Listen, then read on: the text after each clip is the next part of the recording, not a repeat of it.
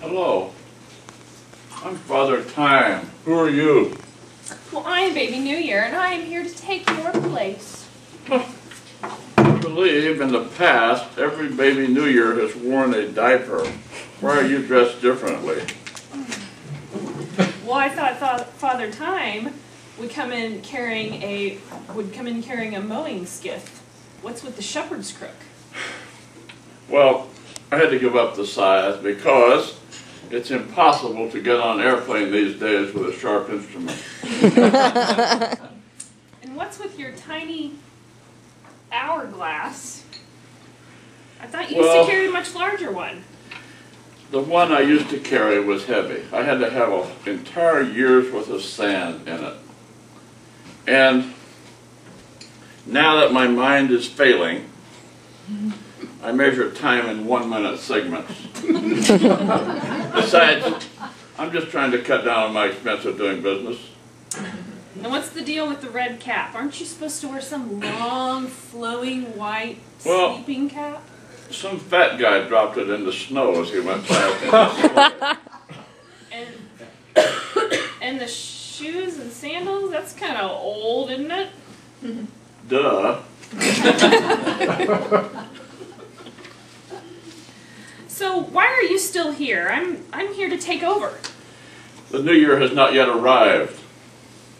I was hoping to give you some advice to help you manage things better than I have done. Advice? I'm not so sure about your advice. How's your memory these days? Well, I've just woken up from a long, long sleep, and apparently I find myself here in a Rotary Club meeting.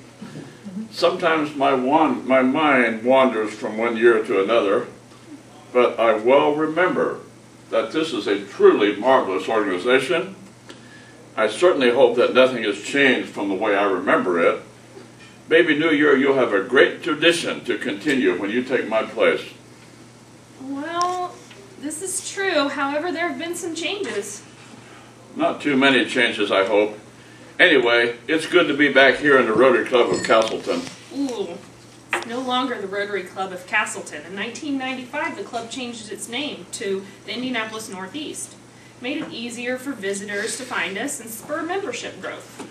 This does not look like the meeting place I remember. Is the club still meeting in the wharf? Oh no, we haven't met there for years. I've been told that we've met many places since then, like the Sizzler and the Chateau Normandy, Mountain Jacks, and the MCL cafeteria. Now we're meeting here at the Hillcrest Country Club. Oh, well, I've always liked Rotary because it's a stable organization of business and professional men. Well, women have been able to join the Rotary since 1987's fiscal year. Oh my, that's certainly different. Is that why Baby New Year's a female? Well, it's only natural since 15% of our Rotary members are now women. Well, I'm sure women can never become a club president. It's not allowed. Oh, contraire, Ancient One. Hundreds of women all over the world have become club presidents. Indy Northeast has a female club president right now, and she's the third one in our club, and the president-elect for the new year is going to be a woman. Well, a woman is certainly not fit for higher office. I'm sure that none of women will ever become a district governor. Well, Rotary rules state a person is eligible to become the district governor after 7 years after they've been initiated. And you'd be surprised to learn in the 7 years after initiation, we've had 7 district governors that were women. And that was the same year as an elderly past president of our club was district governor. Surely no women here in Indiana could ever be a district governor, could they? Oh, olden one. And it's already happened. Our current president becomes the district governor in the 13-14 term. She'll be the 4th in our district. And ours is not the only Indiana district that has a president that's a woman. Oh my. What has happened to my beloved District 656 with its 32 Rotary clubs? Well, I have 2 more surprises for you. All the 532 districts have gone to a 4-digit number. So our new club is 6560. And now there are 45 clubs in our district. I certainly expect that Rotary will never allow a woman to become a member of the Rotary International Board of Directors. Then you will be surprised to learn that the first woman member of the Rotary International Board was elected at the 2008-2010 term, and she's a doctor in France, and she happened to serve at the same time as our previously mentioned elderly president. I doubt that a woman will ever be allowed to serve on the Rotary International Board of Trustees. Ooh, I forgot to mention that a woman was elected to the trustee of the Rotary Foundation 5 years ago. Oh my goodness. And there's a woman that's in office right now. Oh my, what's the world coming to? Well, we are looking forward to a glorious future without an hourglass and your shepherd's stick and those things on your feet, for sure. At least I can be proud that Rotary is pretty much a 100% American institution. No, not anymore. We're in more than 160 countries and territories. We have 34,000 members, and we have 34,000 clubs and 1.2 million members. Oh, surely Americans comprise a majority of members. Well, no, not actually anymore. 35% are in the membership, and the ratio is getting smaller as Rotary grows. We can be proud to say that Rotary was made in America, but it still is appeal is universal. I suppose Americans at least are keeping control of the presidency of Rotary. No, not really. In the past 35 years, 12 U.S. international presidents have been from here, but the other 23 have been from other countries. While the club mostly serves the local community, we are proud that we are an international organization. I've been told that the Rotary Club of Castleton, or Indianapolis Northeast, has a long and illustrious 27-year history that cannot be topped. I'm sure of that. I know that our club has sponsored many local community service projects, given many scholarships to deserving students, helped with Special Olympics, volunteered at women's shelters, Gleaners Food Bank, Michael's Walk, and to beautify Binford Avenue. Internationally, they have sent food to starving people in Zimbabwe, ambulances to birthing centers in Malawi, hospital and school supplies to Chernobyl, and much more. They also contribute to several avoidable blindness projects and for water wells in Africa. What could be better than that? Some of our newer members think that the club has got some unrealized potential too, to be more significant force in the Indianapolis Northeast area and the world. And as I said before, we are an international organization. I've just now heard that this club has had a wonderful 2011 year, welcoming 7 new members, Yes. and having a succession of excellent speakers.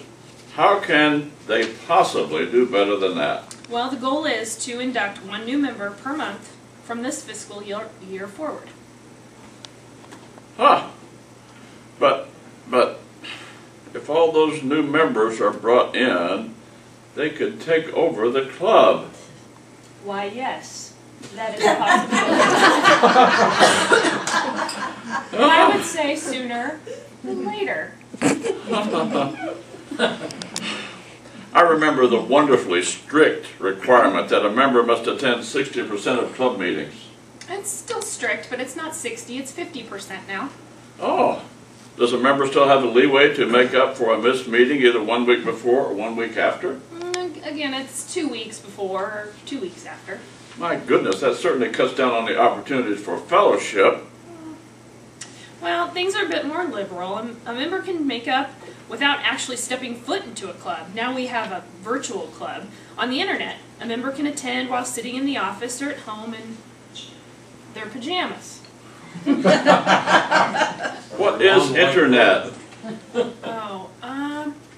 Well, it's kind of like a telephone party line in your day, only with pictures. Oh.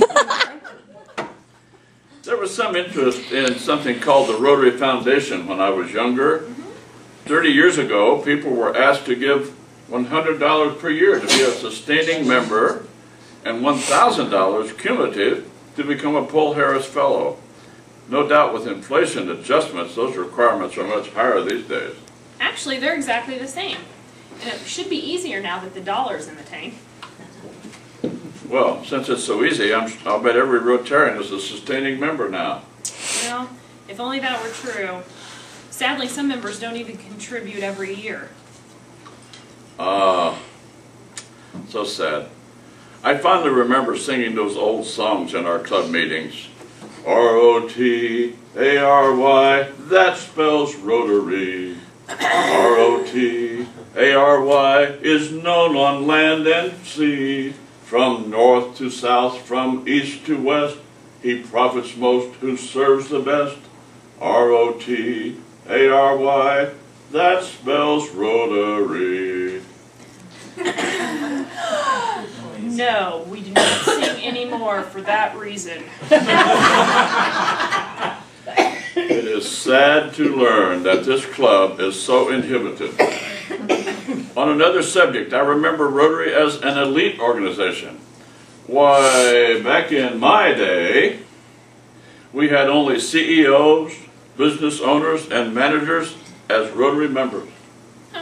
Well, in today's world, we recognize that bringing in upwardly mobile, hot young professionals with high energy and a strong desire to make the world a better place is probably more effective than a bunch of inactive, stuffy executives who rarely attend meetings or participate in events.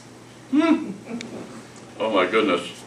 I suppose you're now letting people in, such as insurance agents, not-for-profit people, financial services people, bank branch managers, swimming pool builders, and retired people too.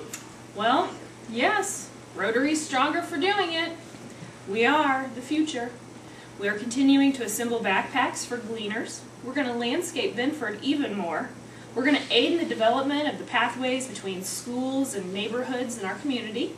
We're going to continue to support the water project in the Congo, and we're going to continue to reach out in Africa.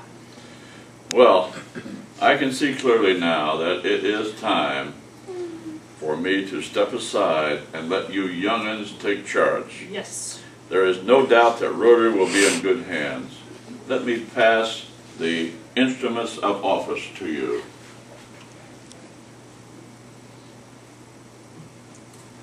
Serve well. Thank you.